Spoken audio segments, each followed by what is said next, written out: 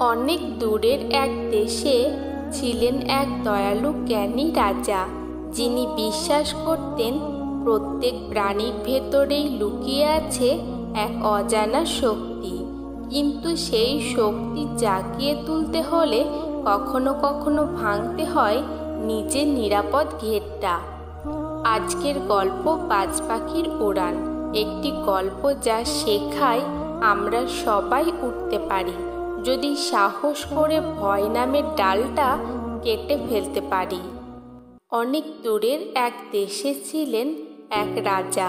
তিনি ছিলেন খুবই দয়ালু এবং জ্ঞানী।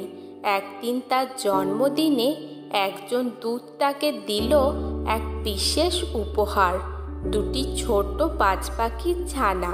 রাজা খুব খুশি হলেন, ভাবলেন এই পাখিগুলোকে প্রশিক্ষণ দিলে একদিন ওরা রাজ্যের গর্ব হবে। তাই তিনি ডেকে পাঠালেন রাজ্যের সেরা বাজ পাখি প্রশিক্ষককে। দিন গেল, সপ্তাহ গেল, কয়েক মাস কেটে গেল।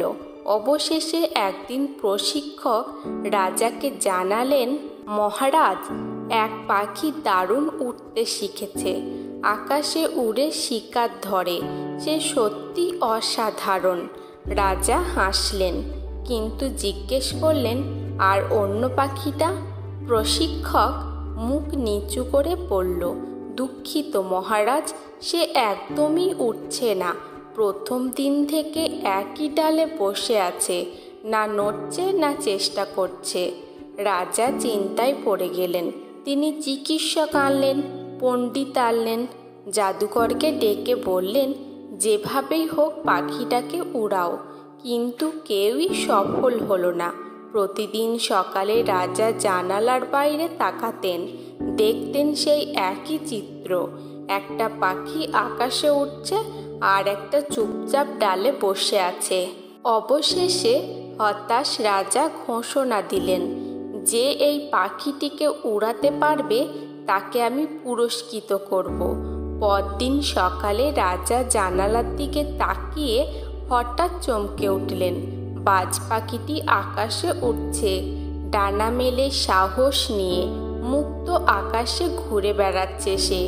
রাজা আনন্দে বললেন, এই অলৌকিক কাজ কে করেছে? নিয়ে আসো তাকে। কিছুক্ষণ পর দেখা গেল একজন সাধারণ কৃষক এসে দাঁড়িয়েছে রাজার সামনে। রাজা অবাক হয়ে জিজ্ঞেস করলেন, তুমি কি জাদুকর? কৃষক বিনয়ের সঙ্গে মাথা নিচু করে বলল, না মহারাজ, আমি কেবল সেই ডালটা কেটে ফেলেছি যার ওপর পাখিটা বসেছিল। রাজা বিস্ময়ে বললেন, মানে? কৃষক শান্তভাবে উত্তর দিল, পাখিটা উঠতে ভয় পেত, কারণ সে জানতো না সে উঠতে পারে। ওর ডালটাই ছিল তার নিরাপদ জায়গা। আমি শুধু সেই নিরাপত্তা সরিয়ে দিয়েছি, আর বাকিটা সে নিজেই করে নিয়েছে। আমরাও অনেক সময় সেই বাজ পাখির মতো নিজের ক্ষমতা, নিজের ডানা সব কিছু নিয়েই এক ডালের ওপর বসে থাকি, কারণ আমরা ভয় পাই যদি পড়ে যাই, যদি ব্যর্থ হয়। কিন্তু মনে রেখো, যেদিন তুমি সেই ভয় নামের ডালটা কাটতে পারবে, সেদিনই তুমি বুঝবে তোমার ডানা আছে আর তুমি জন্মেছ আকাশ ছোঁয়ার জন্য। গল্পের উঠোনের এই গল্পটি যদি তোমার মনে একটু হলেও সাহস জাগায়, তবে ভুলে যেও না লাইক, শেয়ার আর সাবস্ক্রাইব করতে, কারণ প্রতিদিন এখানে বলা হয় তোমার মনের জানালা খুলে দেওয়ার মতো একটি গল্প।